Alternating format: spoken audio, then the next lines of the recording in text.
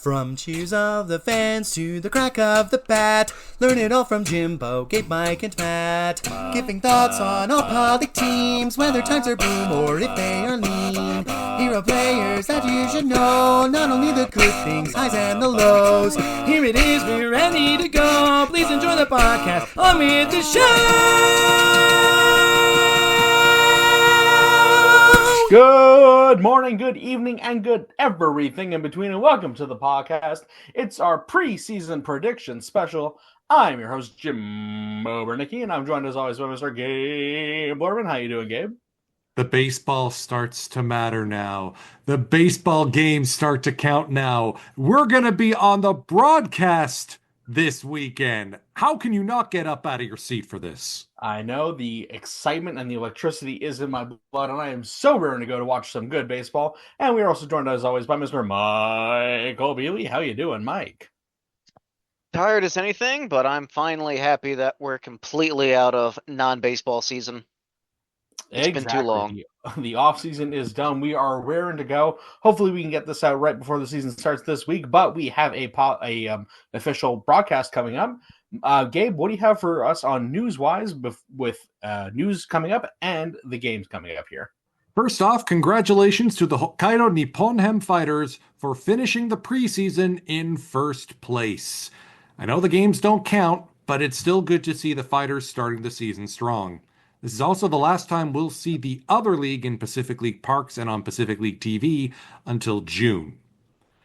The first midnight matinee of the year, our first English language simulcast right here on this YouTube channel, is Sunday, March 30th, midnight Eastern, as the Saitama Seibu Lions host those same Fighters at Belluna Dome. We're back on the air 2 weeks and an hour later, Sunday, April 14th, 1 a.m. Eastern, as the Chiba Lotte Marines host the Fukuoka SoftBank Hawks. Then, Saturday, May 24th, midnight Eastern. That's right, Saturday at midnight. The Hawks host the Orcs Buffaloes in Kumamoto, our first ever countryside game. I am really looking forward to that one. Yeah, that'll be super cool. I love the countryside games. I love that they go out and reach new fans and have games in new stadiums. So that will be super cool if we can all get on that. I also have to check, did anyone catch the Hawks alumni game back on Sunday? The highlights for it are available on PacificLeague.com. There were so many legends. Daiho Lee, Julio Zuleta, Kenji Jojima, Nobuhiro Matsuda. But I think the cap-off was the two managers getting into the game. Koji Akiyama from one of the teams batting, Kimiyasu Kudo on the mound pitching. They were also former teammates on both the Hawks and the invincible Seibu Lions. It was an incredible matchup to see that kind of Hawks history on the field. And you can catch that and this first opening weekend on PacificLeague.com for free. That's right. It's a free start to the month. All games in March. No need for a subscription at Pacific League TV. Wow, that's awesome. And that's kind of one of the cooler things that the Japanese teams do is they have these sort of legends games. It'd be kind of cool to see something like that with the Yankees and the Dodgers, something like that. But well, they had old-timers games, but then they just, I guess they ran out of old-timers who want to participate.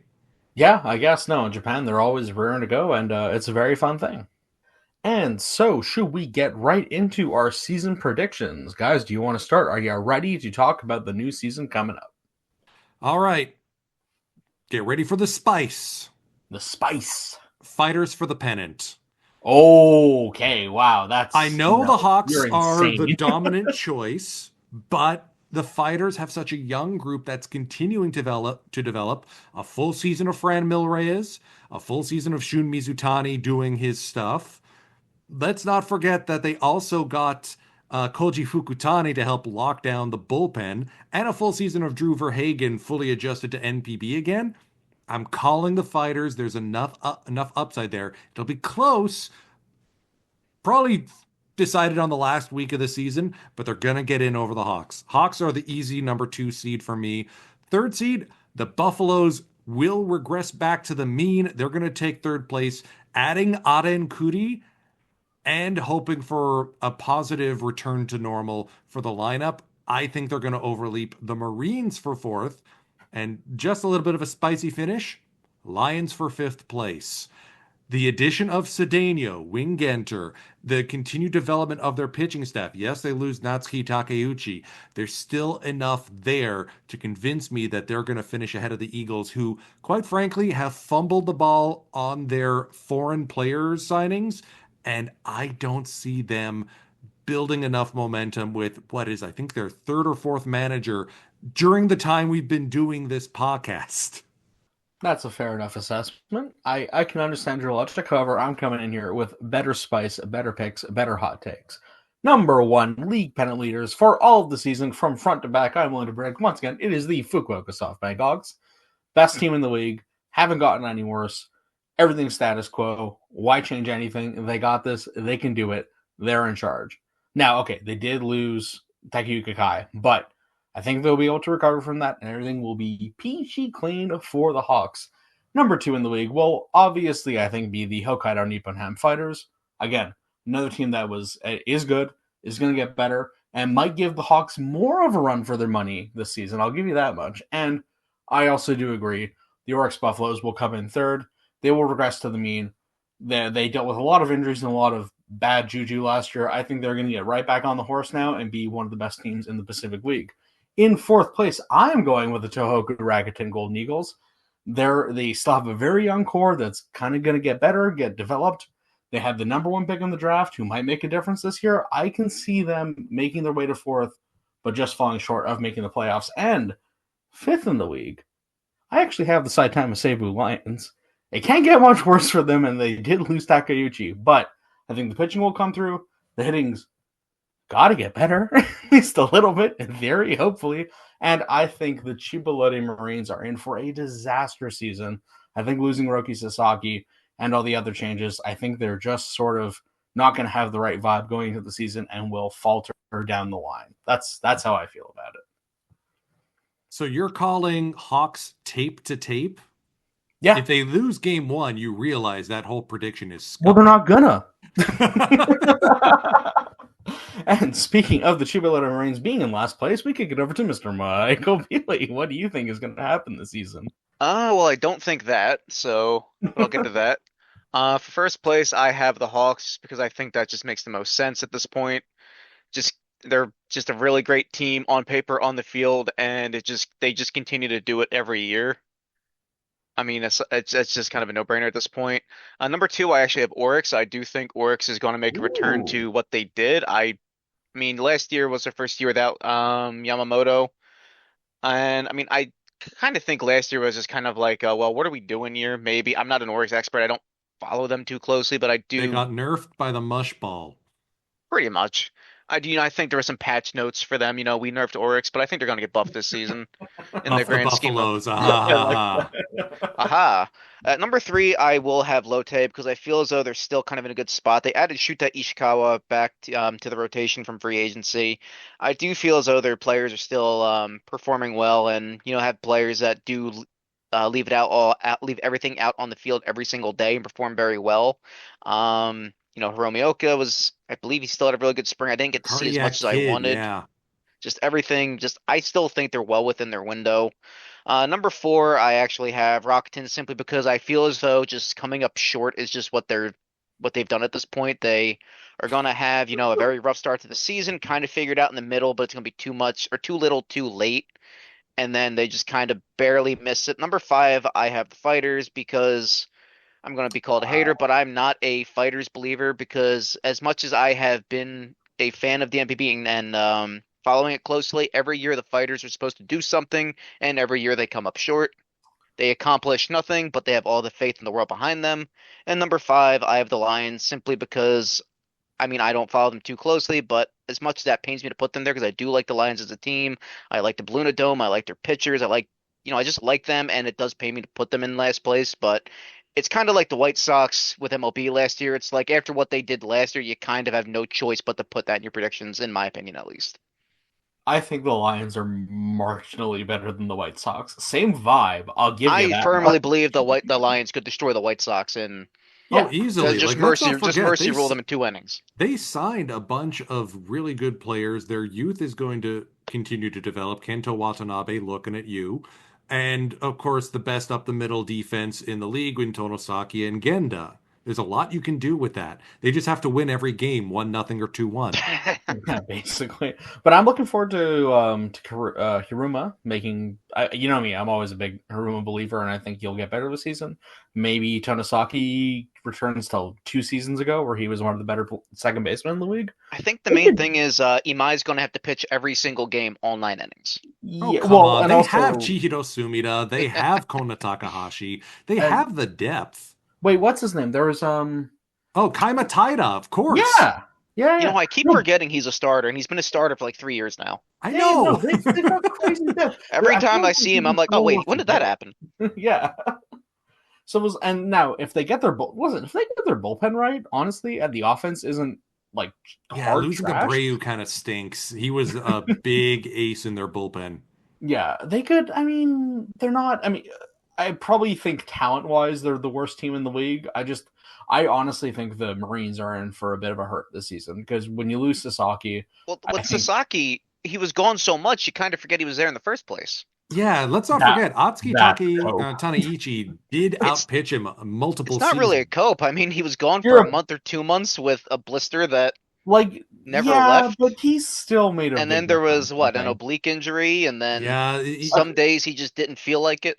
No, I get that, but no. Let's look at how much the Marines barely. Let's emphasize underline barely made the playoffs last year, and you remove whatever benefits Sasaki gave them again for how little it may have been in the macro. I think you could see them again. That's why I put them. But if you want to talk about hypotheticals, you can hypothetically say Ishikawa is going to pick up the slack, not necessarily Sasaki's slack, but still nothing but a positive addition. Oh, absolutely. There is that. Yeah, I'll give you that. Yeah, that's fair. And you could also cope and say Ishikawa will return the form after 5 years of trying to return the form. Mike, maybe Ogino stays the copium I can smell from here. Hey man, I'm a doomer, through and through. I just believe Rockton, the Fighters, and Lions are worse. The Marines are going to make the playoffs. Yeah, okay. Should I include the "It's over, it's so over"? You can, again? but I just think Rockton, Fighters, and Lions are worse. So I mean, that leaves them nowhere else to be. But you're so wrong with the Fighters. I'm so correct. The only one of those three. Hard disagree. Every year they're supposed to do something, and every year they don't. They made the playoffs last year. Oh, congratulations! They did something for once. Okay, anyway. So we will resolve this issue with our break. Back to you in a moment.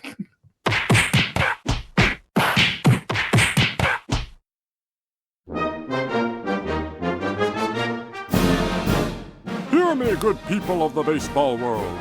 The major leagues have forsaken good taste and living quality with their most recent uniforms, especially the pants. We can't show children this sport with everyone exposing their undergarments. Spare yourself and your virgin eyes by switching to Pacific League TV. No blackouts, no advertisements, no tissue paper trousers. Just $10 per month for all the good, clean baseball you could ask for. Visit PacificLeague.com today to sign up. Pacific League TV, the last bastion of decency in baseball.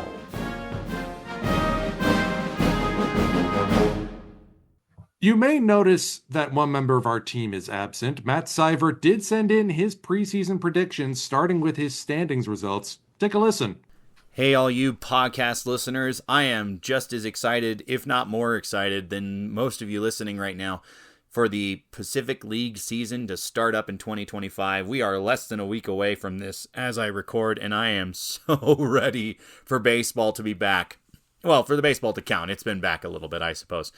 So, my take at the standings order by the time the season ends, after looking into the rosters and the rotations and trying to, parse through all of this, I have it coming out pretty similar to it did last season. The Hawks are on top, the Fukuoka SoftBank Hawks in first, the Hokkaido Nippon Ham Fighters in second, although I think the margin will be much closer than it was before because they're definitely improving, and I think the Hawks are actually a little bit worse. I still think the Hawks have enough to win the pennant, but we'll find out. Then I have the Oryx Buffaloes actually going into third place. That rotation is stacked. More on that in a bit. The Chiba Lotte Marines. Initially, when I did this, I thought about having the Marines first, but I realized that A, that's basically status quo, and the Marines are decidedly not status quo. I mean, they lost not only Roki, but of course they also lost CC Mercedes, which I don't think is being talked about enough, how shallow it makes their rotation. Plus, I'm not convinced their offense is going to do as well this season. Like, if you expect regression and you expect some rebound from the Buffaloes hitters, I think that's enough with their loaded pitching staff to get the Buffaloes back in over the Marines. Now, that does leave the Tohoku Rakuten Golden Eagles still in 5th place and missing the playoffs. I don't know if they have the juice to, contend for so long like they did last year. Their offense is really, really good, but their staff is not great. And finally, that leaves the Saitama Seibu Lions in last place in the cellar, but I think this is where we start to see them return to respectability. The record can't be near as bad. Improvements all over the field from the young players starting to kind of get their feet underneath them. Obviously, this rotation is still really, really good. They've got a lot of hard throwers in the bullpen, and that generally does tend for good things. If they can get a lead, which is the big issue. While I wish I could take part in the discussion about these various awards, I got to make some award picks. So we're talking today about the most valuable player, and I mean, unless he gets injured and misses a severe amount of time, it's Kensuke Kondo until otherwise noted. There's no way. He is that man. He is so important to the Hawks. He is so consistently good that until otherwise proven, he is the standing pick for MVP now. Now, if he gets injured, I'm going to go ahead and say that I wouldn't be completely amazed if Fighters outfielder Chusei Manami makes a really good case with expected improvements. Obviously, highlight reel defense. His bat is starting to develop really strongly, and that's going to be a good team, and I think that makes a big difference as well. For the Sawamura Award, I had to look this up because I did not remember, and, recording this asynchronously. It is only awarded to a single pitcher across the entirety of NPB, so while I am trying to keep my pick in the Pacific League, there's no guarantee that it goes to a Pacific League player at all, if they even award it. I mean, just last year, they decided not to award one. But I think this year, it's going to go to another Buffalo, and I think it's going to be Hiroya Miyagi's award to lose. Now, Miyagi was hurt last year, but generally posts up. I mean, even with the time off, he nearly qualified, and he would have had the lowest ERA in the league if he had qualified for the ERA title. I think that he's got will to come back. He's got that bulldog mentality. He wants to take the ball. He wants to keep the ball in his hand for as long as possible. I think he's the pick more than any other pitcher in this league. I think it's Miyagi, or it's not a Pacific League pitcher. Of course, if he is injured and misses a substantial amount of time, then obviously he'll get himself out of the running for the Sawamura Award. If I had to pick another Pacific League dark horse for this award, I honestly think it would be Levon Moinello. He had a phenomenal year last year, won the ERA title in his first season after converting to a starter. I think he's only going to get better with time, but I wonder if he's bound for regression this year. If he continues getting better and Miyagi is hurt, that's my dark horse pick for the Sawamura Award. Next is Most Improved Player, and at the risk of oversimplifying this, Most Improved can be very, very subjective. Obviously, having opportunity to play is very helpful. So enter Jesse. Initially was in the loaded Hawks organization and in an outfield logjam that he didn't get any real chance to play or break through. The Fighters take him in the active player draft, and he has one heck of a year, wins Interleague MVP, by the way, and his trajectory is only going to continue upward. I think that's enough of a recipe for an MIP award in the Pacific League. there are probably quite a few other people that might be here too, whether it's Journeyman suddenly goes crazy like Hiromi Oka of the Marines last year, or other options as well.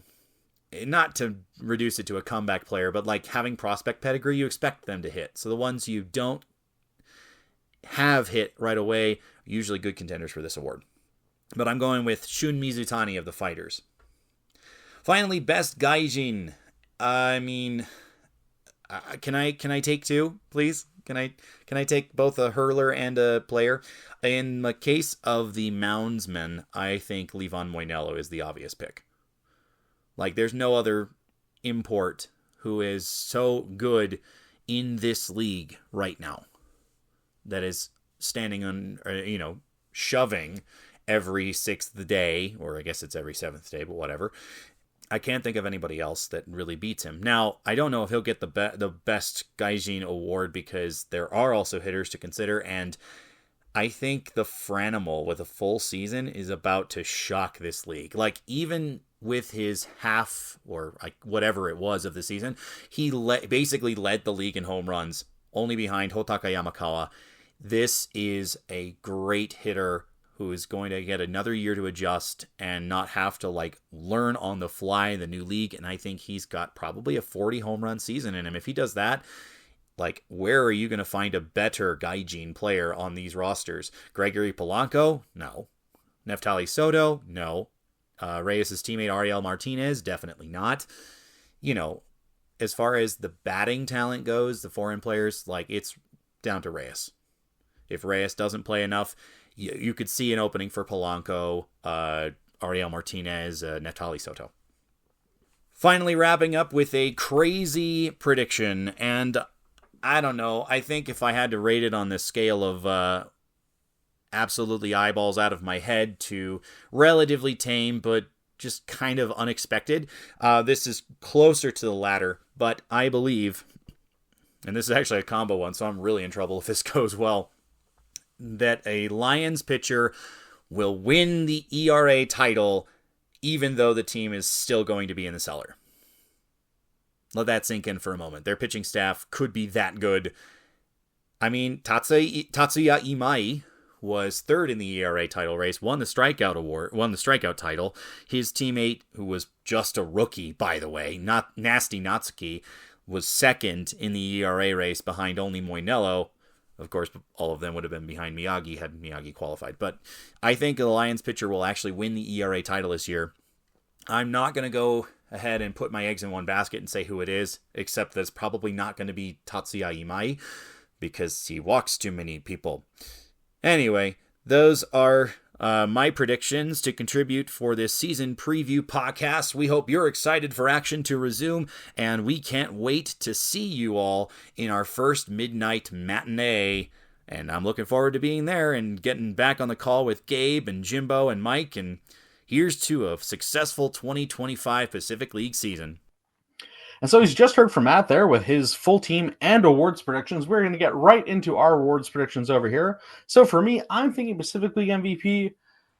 I want to say Kensuke Kondo, but I feel like last season was almost borderline perfect for him, and I don't know if he can replicate it exactly. That's why I think Yutaka Yamakawa might pick up the MVP this year. He might get enough home runs, might get enough RBIs, might appeal enough to voters who are willing to just get on board with the Yamakawa train. So that's where I'm going. Sawamura / pitcher of the year. I'm a bit torn between Kohei Arihara and Levon Moinello.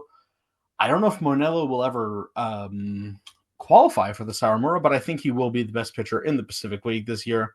For most improved player, I'm going to go with Takuya Hiruma. I've always been espousing him, always saying he's going to be great. Hopefully this year's a breakout year for him. Great defender. Hopefully he gets better at hitting. I mean, for the Lions' sake and everybody's sake. Gaijin of the year, I'm going to go with Franimal Reyes as well. He was raking towards the end of last season. I think he should pick it up or maintain that thing. And the crazy pick, all right, out of bounds. Hear me out here. Stay with me now. If in a world where everyone stays healthy and everyone performs to their talent level, I think Kotaro Hiyomiya could be the MVP. He improved a lot last year. Injuries just got in the way. He keeps getting better, and we all know he should be great. I think he could actually pull away with the MVP this year if he stays healthy, if everything stays great. Gabe, what are your predictions for the awards this year? All right. My prediction, I'm going to go a little off the board, but still with the same team that Matt and you chose. I think Yuki Yanagita has one last big season in him before hanging up the cleats. He's going to show the whippersnappers how it's done, stay healthy, play 140 games, and slug like 40 home runs. Wow, I hope so. For Sawamura or best pitcher in the PL, Buffalo starter Shunpeita Yamashita. I mean, he was Rookie of the Year in 2023. He had a terrible start to 2024, but after August, went 3-2 with a 1.58 ERA in his last 6 starts. If he can pull that together for another full season, I think he's going to be the best pitcher on the Buffaloes. And considering they have Kuri and Hiroya Miyagi, that is, best of best. Buffalo's pitching lab remains undefeated. Most improved. Can I say the entire Buffaloes lineup? No? Okay, I'll pick one. First baseman Yuma Tongu. There's no way he's that bad again. He went from a batting title in 2023 to under the Mendoza line last year. Plus, he lost a lot of time to injury. If he's healthy, I could see a big bounce back, and his stick will give Tomoya Mori some much needed protection in that batting lineup. Best Gaijin, spicy pick here. Fighters pitcher Gulin Rue Yang. Remember, this is the CPBL MVP the Fighters just got. 10-2 record in 21 starts with a 1.66 ERA over 125 innings pitched and 150 strikeouts. He won CPBL MVP at age 24. He's got room to grow, and I think he can make the jump quite well. Unlike Taiwanese batters who've struggled at the NPB level, Taiwanese pitchers have not. Hello, Sung Chia Hao. My crazy prediction. Okay, I hinted at this one in the line chat. Eagles outfielder Yuya Ogo, 30-30 season. No one's had a 30-30 season since Yuki Yanagita did it in 2015, and that was part of a triple three. He batted 300 plus for that year too. The next two closest guys are Yanagita in 2017 and Yanagita in 2018. Kondo, I think, came close, but he just doesn't steal bases often enough. Ogo has 30-plus steals in him. He has double-digit home runs. The Eagles team is built for speed, and someone's got to slug the ball. It can't be Asamura all the time. I could see Ogo really developing into a slugger and getting that crazy season. You really convinced me there on the Ogo thing. At the beginning, I thought you were crazy, but that's a pretty good logic. And maybe I got his jersey. Don't make a fool of me, Yuya. And so finally, Mike, what are your predictions for the awards this season? So for the MVP, me and Gabe were actually thinking the same way. I had it down that I think Yanagita would take everyone on one last ride. I might just Gita power. Let's do it. I think I might just be manifesting that, honestly, because I didn't really want to put Kondo down for a repeat. Yamakawa could do it, but I really do hope Yanagita is able to do that one more time because he's such a great player to watch when he's healthy, and I know how many games did he play last season? Podcast jinx, let's do it. Manifest. Yeah, pretty much. But I really would hope to see that he gets to do one last MVP before he's hangs everything up. For Sawamura, once again, we were in the same place. I was thinking the same way. My other answer was nobody, just because I know with the Sawamura award you have to kind of mimic the original stats of Eiji Sawamura, though they have been kind of moving away from that. And wins and pitcher of the year or whatever. Oh yeah, Yanagita. In his age 35 season last year, only 52 games at the Pacific League. Mm-hmm. He still put up an 800 plus OPS. He's not washed or anything. It's not like we're talking about Kuriyama or Nakamura over on the Lions. Thanks. I just want to see that mid 2010s Yanagita one last time, but it'd be nice. It would be nice. Most improved and best Gaijin I'm blending together with I guess you could put this in the crazy pick too if you really wanted to, but I have something else for that. I actually had both of that for Michael Franco with Rakuten because The way I see it, Rakuten has put their trust into Franco, and he hasn't really panned out over the course of these 2 years. He's had injury issues. The offense just hasn't been there. There's been some issues with the defense. And then they signed him, they brought him back for a third year. And the way I see it, Franco still wants to play baseball. He still wants to play meaningful baseball, I'm sure, and he's not getting any younger. So I would think this year's kind of like a do or die year for him. Otherwise, it's going to be back, to the U.S. minor leagues, if anything. And I do think he's gonna, see what's happening, take it all to heart, and probably perform to what the Eagles thought he could do. And having seen Franco with the Phillies for a number of years, he is a good player. There is a great player there. It's just I feel like the last couple of years, just hit or miss. I think he's really gonna be able to do it this year and put it all together, and possibly get another contract with the Eagles. At least that's what I'm hoping. And for the crazy pick, once again manifesting, I'm hoping that Kosei Yoshida of Oryx now is the pitcher that they were hoping him to be when he was drafted back at the end of the 2018 MPB draft. He was, the star of that Koshin Series tournament, even though he didn't win. And he's just kind of been floating around in the fighter system, and now I believe he's a relief pitcher with Oryx. I'm going to have that this year is his year, though, to be fair, I have been saying that every season. Yeah, but just like the fighters, he's not going to do anything. Exactly. I'm pro at this. Okay, so he did put up 14 holds and 18 opportunities over 50 games last season with Oryx, 3.32 ERA. I think they may have given up on him as a starter, but if he can provide quality relief, I mean, you're not going to say no to that, especially with the Buffalo's pitching lab. A little bit of this, a little bit of that. Oryx Magic, I do have my hopes up for him. He was one of my favorite players to watch because that was the first Koshin tournament that I watched. So I really am just hoping for the best for him. All right, one stray thought, and I only come to this because I was watching the Hawks alumni match highlights. The Hawks have only had one jersey design for their entire SoftBank existence over the last 20 years. They ever going to get new ones? Why would you change perfection?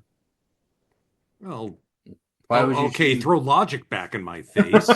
It's black and yellow, man. Black and yellow, black and yellow. It's mwah. It's perfect. It's the essence of baseball right there. It's the look of the 2010s. Imagine if the Pirates won a lot. You would say that's the best uniform in all of sports. Let's not get crazy now. I'm pretty sure the Hawks have a bigger payroll than the Pirates. I have a bigger payroll than the Pirates. I'm holding a nickel currently. Sorry, MLB fans, you will always catch strays from us. You will, especially when it comes to the Pirates. Even though I like the Pirates, that was very accurate. The Hawks, we should actually do some research. I bet the Hawks have a higher payroll than I can think of a few teams. A's, maybe. Oh, the Marlins, yeah. Marlins, yeah, for sure, 100%. But in 2024, according to Statista, so grain of salt, the Fukuoka SoftBank Hawks spent roughly 4 billion yen in salary. That is approximately 26.6 million US dollars. Oh, so still lower than any other MLB team, but not by much.